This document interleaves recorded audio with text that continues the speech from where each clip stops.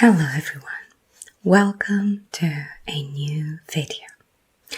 Today we are going to obviously continue with our mythology saga, however, on a whole new background. New background, new camera, probably new problems to solve, but let's just see how it goes. In any case, this is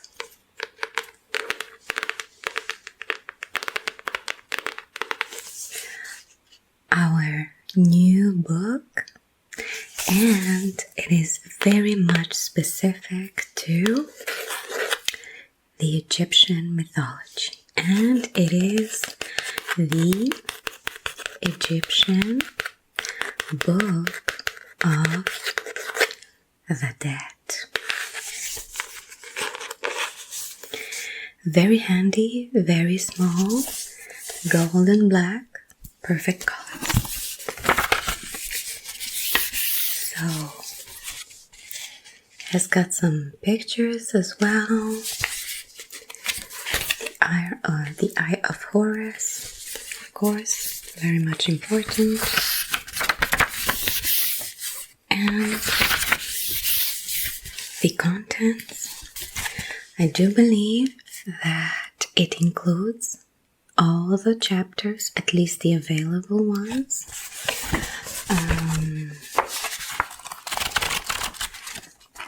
From the Book of the Dead.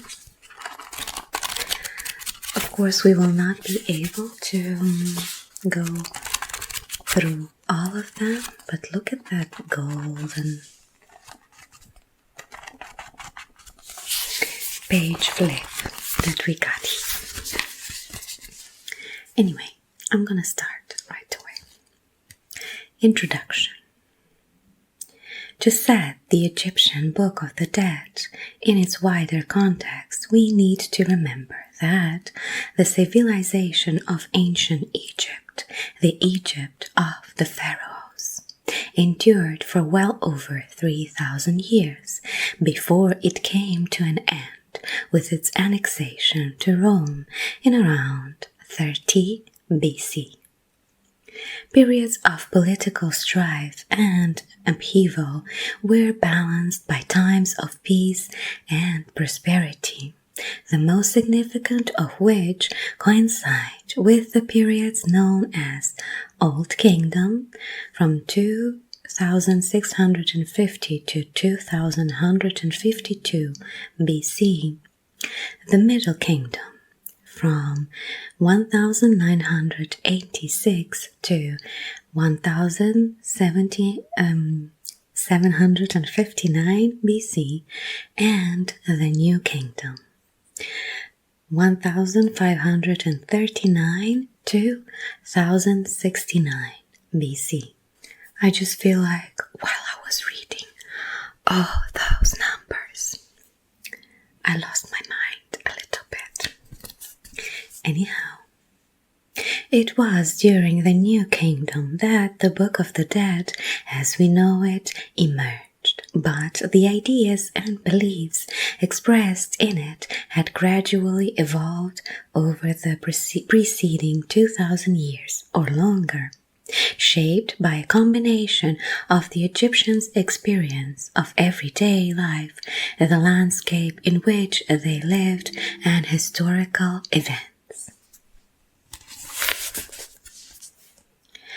The annual flooding of the Nile, on which the fertility of the land bordering the great river depended, and the orbital movement of the sun, moon, and the stars led to the belief that life followed a recurring cyclical pattern. Moreover, the universe appeared to be governed by an eternal cosmic order, Ma'at, within which everything had its rightful place. Even human life, whose principal phases of birth, youth, adulthood, old age, and death were compressed into a lifespan of about 35 years, was an integral part of this cosmic order. Oh my goodness, the whole human life cycle was of 35 years. Okay.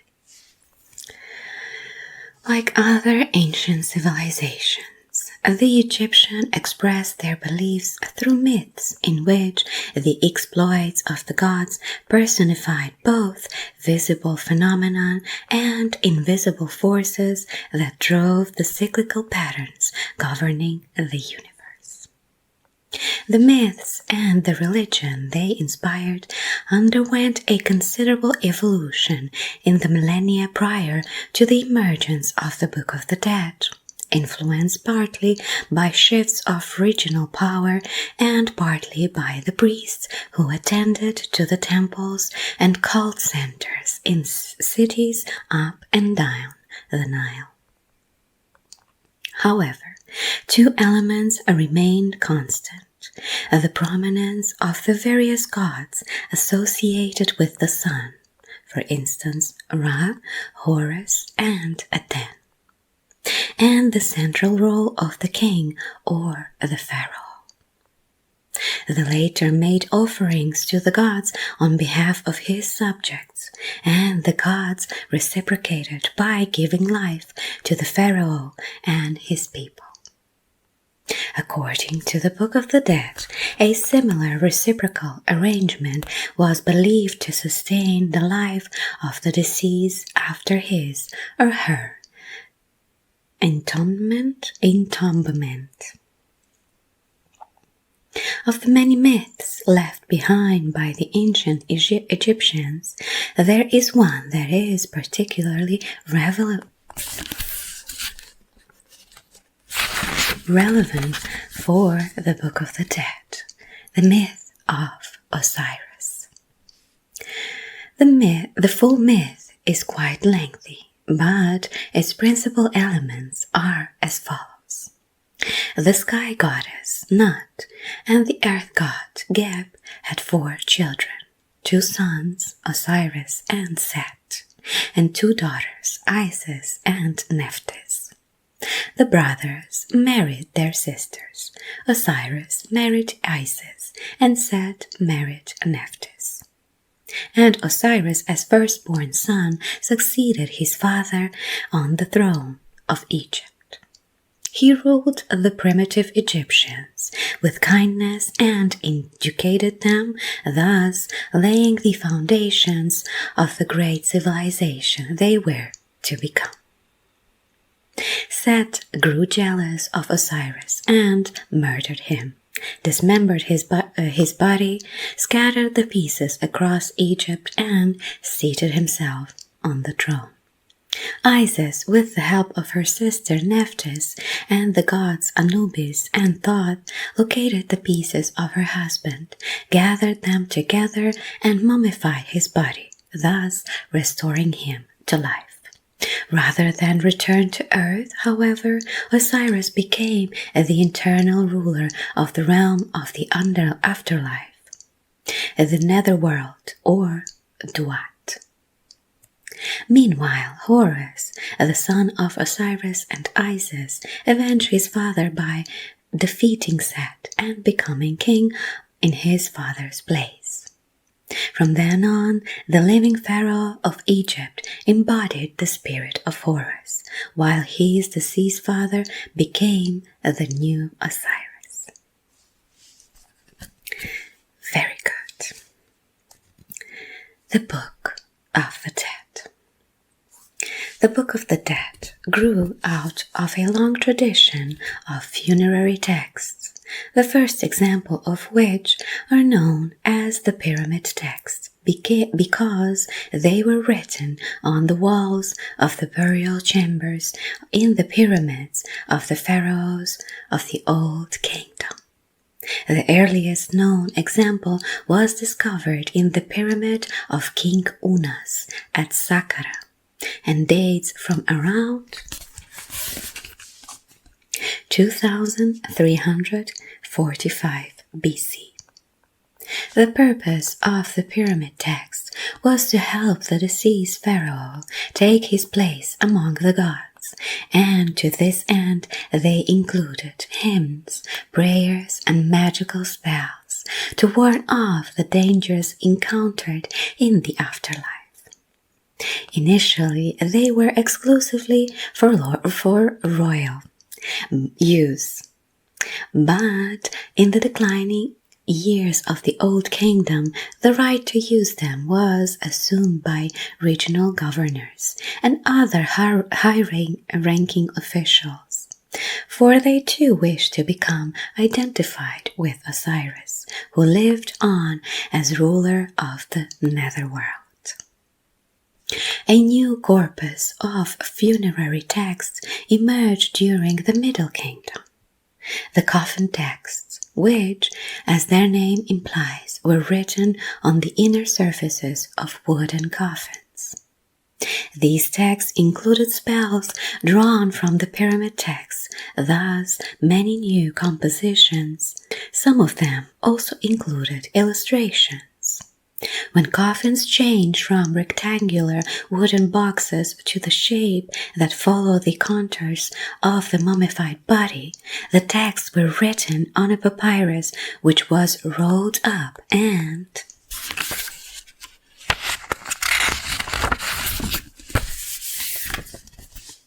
placed in the coffin with the deceased. Many thousands of these papyri were produced during the New Kingdom, by which time the Book of the Dead has passed into widespread use. The title Book of the Dead was first coined in 1842 by Richard Lepsius, a German Egyptologist, but it has been suggested that a more appropriate title would be Spells for Coming Forth by Day, for its purpose was to enable the deceased to emerge safely from the tomb in a perfected, spiritualized form. Nowadays, the term Book of the Dead usually refers to the entire corpus of almost 200 chapters or spells from which a selection was made for inclusion in individual papyri. Although the format for presenting the selected chapters became more or less standardized, the order in which they were arranged varied from one papyrus to another. Coming Forth by Day. The ancient Egyptians believed that the individual human being was a compound of several elements. The keperu, meaning modes or manifestations of human existence, which disintegrated at death. These elements included the physical body, kat, the heart, ib, believed to be the seat of the mind or intelligence, the name, ren, which constitute the individuality of the deceased and was thus essential for his or her continued existence in the afterlife. The shadow, shud, which was also related to the individuality of the deceased but was able to separate itself from the body and enjoy independent freedom of movement. The life force or spirit, ka, which remained in the tomb with the body of the deceased and was nourished with a constant supplies of offerings. The soul or spirit, ba, depicted in vignettes as a small bird with a human head, which was free to visit the world of the living during the day, returning to the tomb at sunset. The disintegration of these diverse elements was prevented through a mummification of the body, a process by which the deceased was transformed into a divine or spiritual form known as Sa. When the mummy was placed into the tomb, it was believed to enter the Duat, or the netherworld, where it underwent 2 ceremonial rituals: the weighting of the heart and the opening of the mouth. The first of these was a form of judgment of the life of the deceased, whereby his or her heart was placed in a scale and weighted against a feather, symbolizing Maat. The ceremony was supervised by the jackal-headed Anubis and the ibis-headed Thoth, who wrote down the outcome. If the heart passed this test, the deceased could continue their passage through the Duat. If it failed, it was eaten by Amit, the devourer. The second ritual, which was performed by a priest, involved touching the facial covering of the mummy with one or more ceremonial instruments, thereby unstopping the mouth, eyes, ears, and nostrils of the deceased so they regain the use of these faculties. The opening of the mouth was a great importance, since it enabled the deceased to recite the hymns and prayers written on the papyrus. It also enabled them to address by name the gods it would encounter in the Duat and respond correctly to their questioning.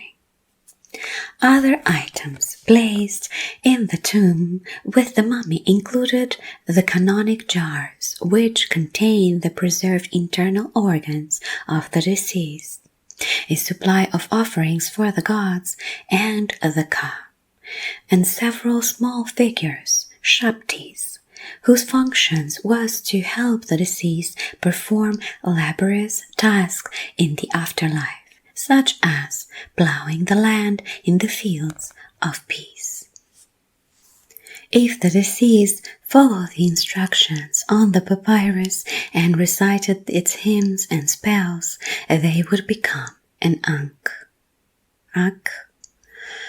a blessed spirit, and leaving the mummy in the tomb, they would join the gods Osiris and Ra. The Papyrus of Ani. The Papyrus of Ani, which dates from around 1275 BC, was found at Thebes and purchased by the British Museum in 1888, of course. Ani was overseer of the double granary of the Lord of Tower, and his wife, Thuthu or Tutu, was a chantress in the temple of Amun. This papyrus is one of the longest known manuscripts of the Book of the Dead, measuring 23 meters or 77 feet in length, and contains over 60 chapters or spells. Many of these chapters are illustrated with richly colored vignettes depicting the various stages of Ani's journey through the Duat towards the paradisal fields of peace. The majority of the text is written in black ink, while red ink is used for chapter headings and the instructions, rubrics, to be followed by the deceased. The papyrus begins with Ani, accompanied by his wife, offering praise to the sun god Ra and to Osiris, lord and the ruler of Duat. Subsequent vignettes show the ceremonies of the weighting of the heart and the opening of the mouth, Ani's funeral procession and the placing of his mummified body in the tomb, and his meeting with various gods in the course of his journey through Duat. The papyrus culminates with Ani's arrival to the fields of peace. The translation of the Papyrus of Ani presented in the following pages is by Wallace Batch, keeper of the Department of Egyptian and Assyrian Antiquities from 1894 to 1924. As well as enlarging the museum's Egyptian collections, Batch wrote many books that did much to simulate popular interest in ancient Egypt.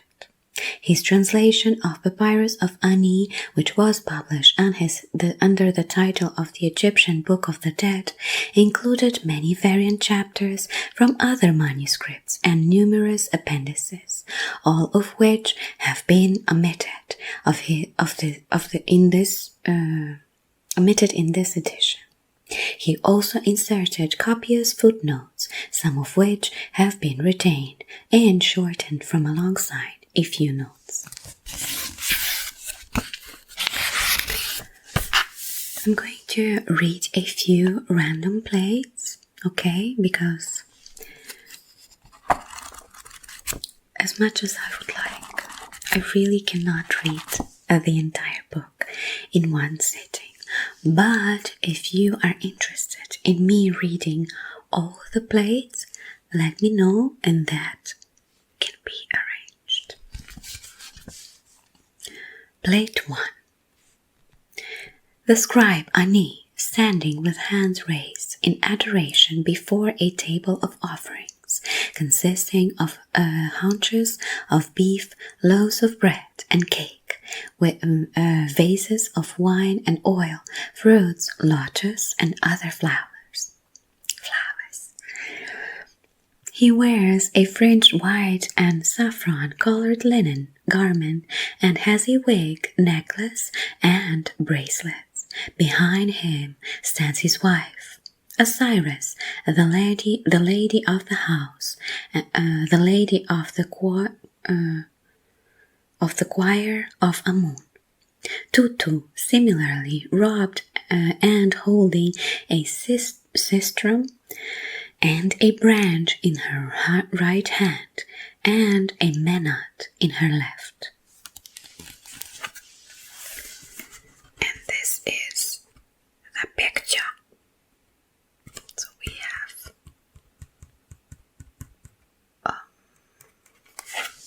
see, I don't know if my new camera is able to focus on that, so fingers crossed it did. If not, then it is what it is. Okay, let's open a random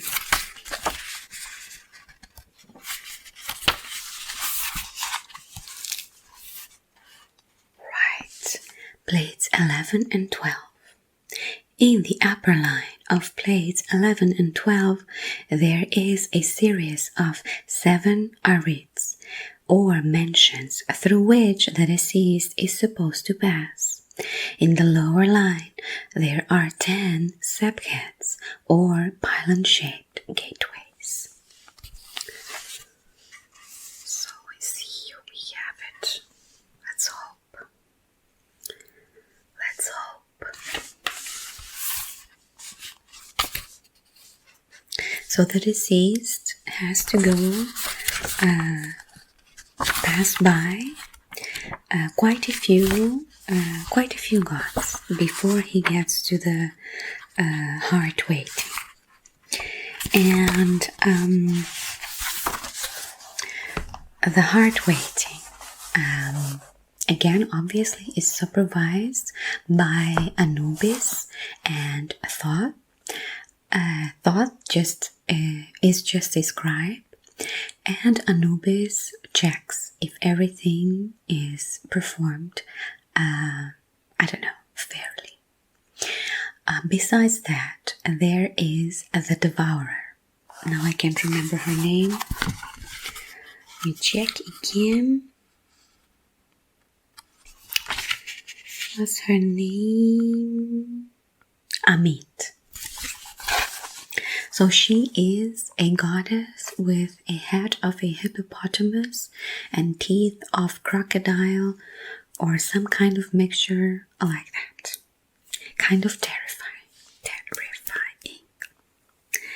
Nonetheless, if the feather of Maat is lighter than the heart, then Amit eats the heart, and that's the end of whole shebang. If, however, the heart is lighter, or maybe is equally balanced as the feather of Maat, then the deceased can go on. And that is where he is presented to Osiris. There are 4 children of Osiris or of Horus, can't remember which one, but there are 4 of them standing in front, and then the Osiris, and behind him you have Isis and Nephthys, both of his sisters, who do assist Osiris with these processes. Let's say it like that. Either way, somewhere in between, the deceased has to go through a lineup of several gods as well, and I can't remember what he has to do then, but I believe that this is what the opening of the mouth was referring to, because I do think that he is speaking to the gods, telling the prayers and all of that, basically. Anyway, long story short, that's the process. Plate 20.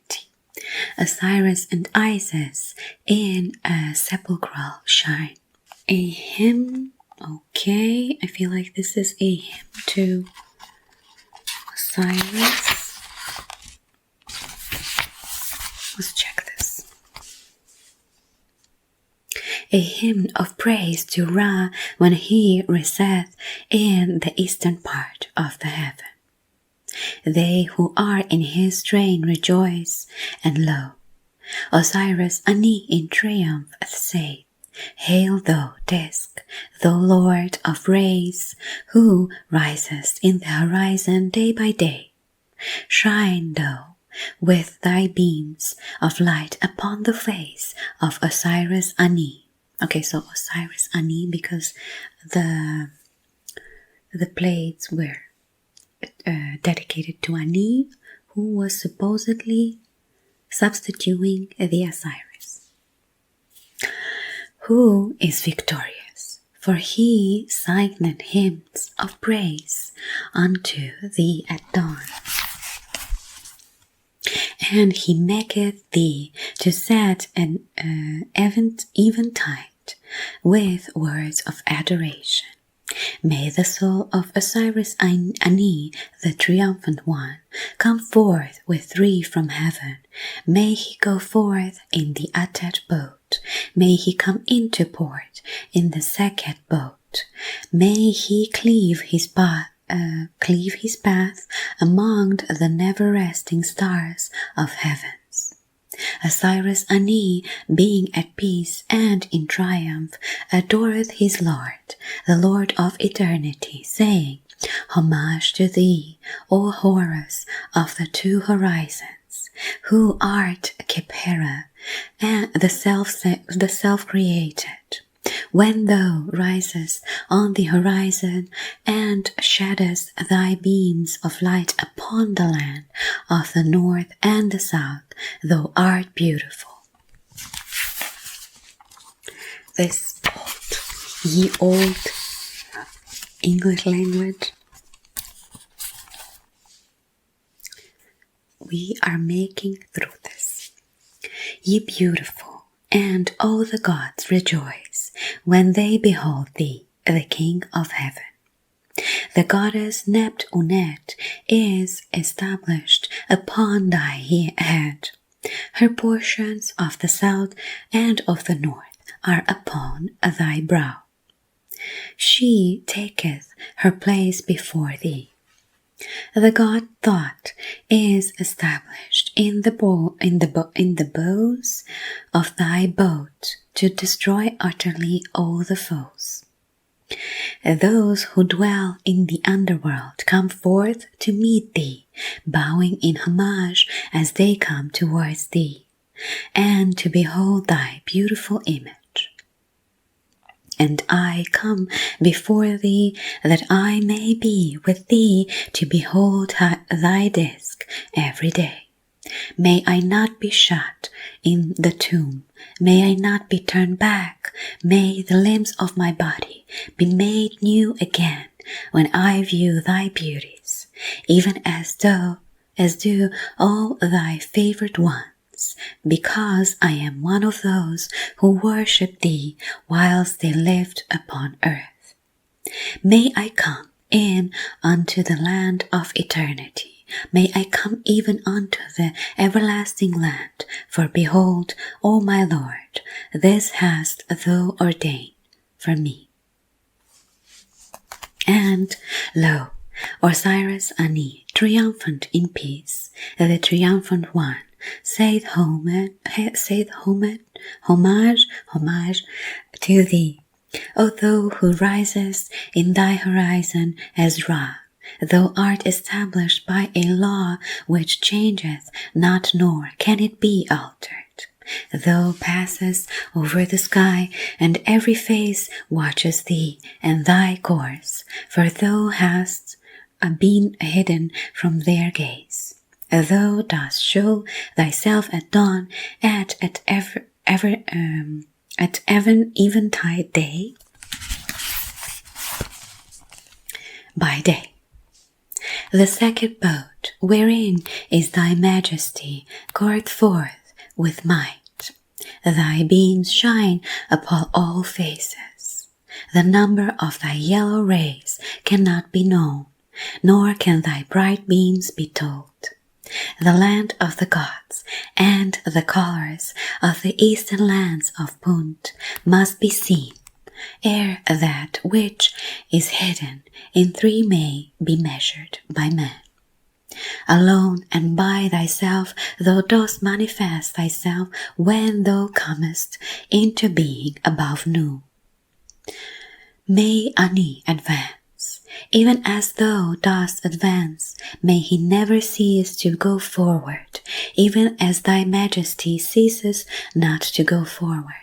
Even though it be for a moment, for with strides dost thou in one little moment pass over the spaces which would need hundreds of thousands and millions of years for man to pass over.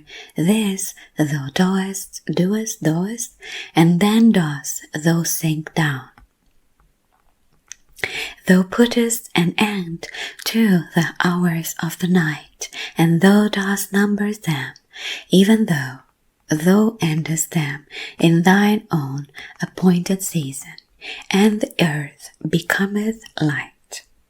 Thou settest thyself before thy handiwork in the likeness of Ra, thou risest in the horizon. Osiris, the scribe Ani, triumphant, declareth his praise to thee when thou shinest, and when thou risest at dawn. He crieth in his joy at his birth, and at thy birth. Thou art crowned with the majesty of thy beauties, thou mouldest thy limbs as thou dost advance, and thou bringest them forth without birth pangs, in the form of Ra, as thou dost climb up into the upper air.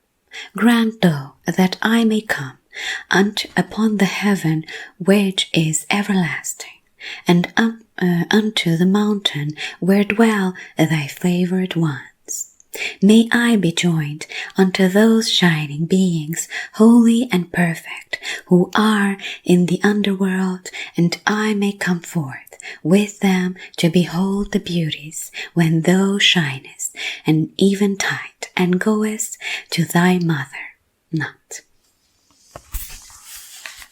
Very nice indeed. A lot of thee ceasest Anyway, I did my best to read it, okay? Might not have looked like that, but oh well. Okay, I'm gonna go through one last plate, and I feel like we should,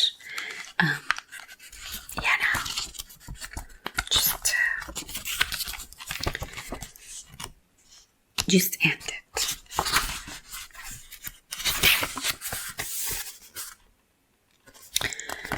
So, plates 35 and 36. A hole within which on the left Ani stands before 2 tables of offerings bearing liberation, water, and lotus flowers, with hands raised adoring Ra, hawk-headed. The next are arranged 7 cows, each one couchant, couchant,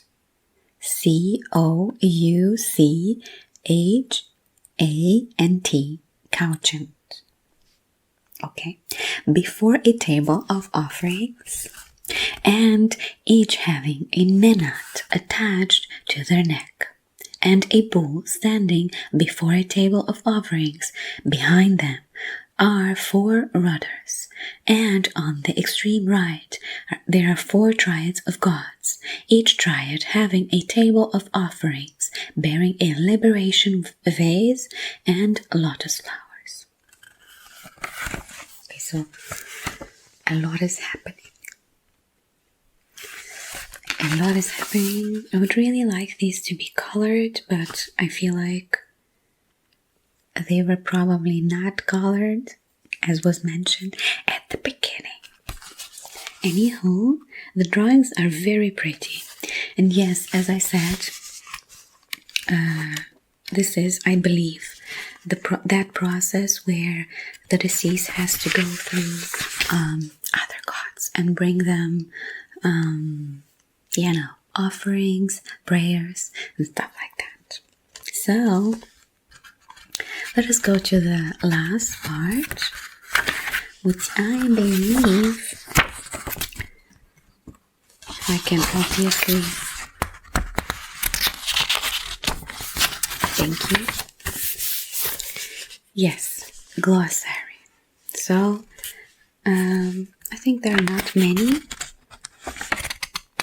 Let me just go through a few of them. So we have Abydos. According to tradition, the head of Osiris was buried there. Ak, or Kabu. The Ak was rendered a tangible reality by the reunion of the Ka and the Ba of the deceased. Amenta. Originally the place where the sun set, the name was subsequently applied to the cemeteries and tombs on the western bank of the Nile. Interesting. Amenta. Amit. Part crocodile, part lion, part hippopotamus. She was the devourer of the dead and lived in Amenta, where she attended the ritual of waiting of heart. I spoke about her before, and again, part crocodile, part hippopotamus. Anyway, plane break. Of course, we wouldn't be able to make through a single video without a plane. I feel like it's like going in, I don't know, maybe I'm hallucinating. Or maybe there's another plane coming. Okay, I think we should be fine. Anyway, Amun, or Amen, known as the king of the gods. Amun was the god of Thebes. The West Temple, dedicated to him at Karnak, lies on the west bank of the Nile, opposite Thebes, modern Luxor. Ankh, the Egyptian word for life. Its hieroglyph is a cross with a loop on top. That's a very famous one. Anu, one of the oldest cities and cult centers in ancient Egypt, often referred to referred to by its Greek name Heliopolis, city of the sun. Anu is frequently mentioned in the Book of the Dead. According to Budge, the body of Osiris reposed in Anu. But didn't we? Okay. Yes. Anu.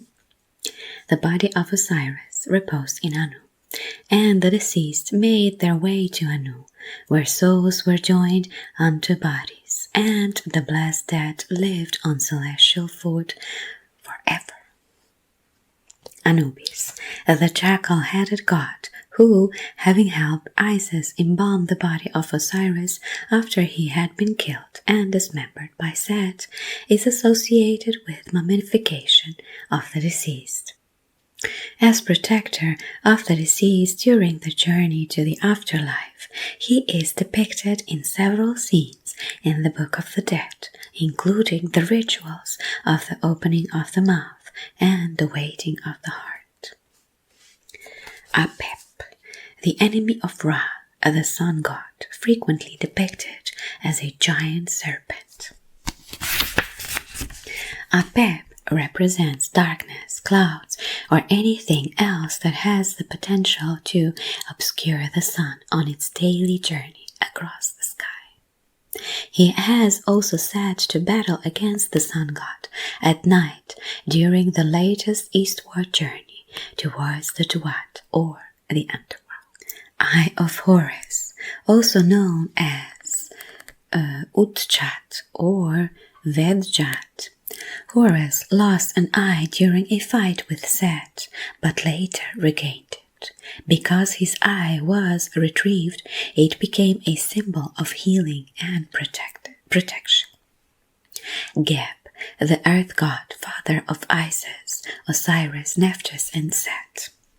Hathor, frequently depicted in the form of a cow, with a solar disk between her horns. She was the goddess of love and beauty. In Thebes, she was seen as a goddess of the dead, and as such is depicted emerging from the mountain of Manu in the final vignette of the Book of the Dead of Ani. Horus, son of Isis and Osiris, after Osiris had been killed by Set. Horus avenged his father by defeating Set and reclaiming his father's throne. Isis, daughter of sky goddess Nut and the earth god Geb. Isis was both sister and wife of Osiris, and the mother of his son Horus. Isis was the principal goddess of the Egyptian pantheon, revered as protector of both the living and the dead. Her cult extended beyond Egypt into Greco-Roman world. Khepera, a form of the sun god Ra. Khepera is frequently depicted as a scarab-headed figure because his rolling of the sun around its orbit echoed the way in which the scarab or dung beetle rolls a bowl of dung containing its eggs, hiding it in a hole in the earth. When the egg hatched, the newborn scarabs emerge from their hole. Khepera is particularly associated with the rising sun, which emerges from the earth anew each morning after its nightly passage through the underworld. Nephthys, daughter of sky goddess Nut and the earth god Geb, the sister of Isis, Osiris, and Seth. Kind of an underwhelming description, but oh well. And I think I'm gonna stop here. Anyway, thank you for joining me today. I hope you enjoyed it, and I'll see you next time.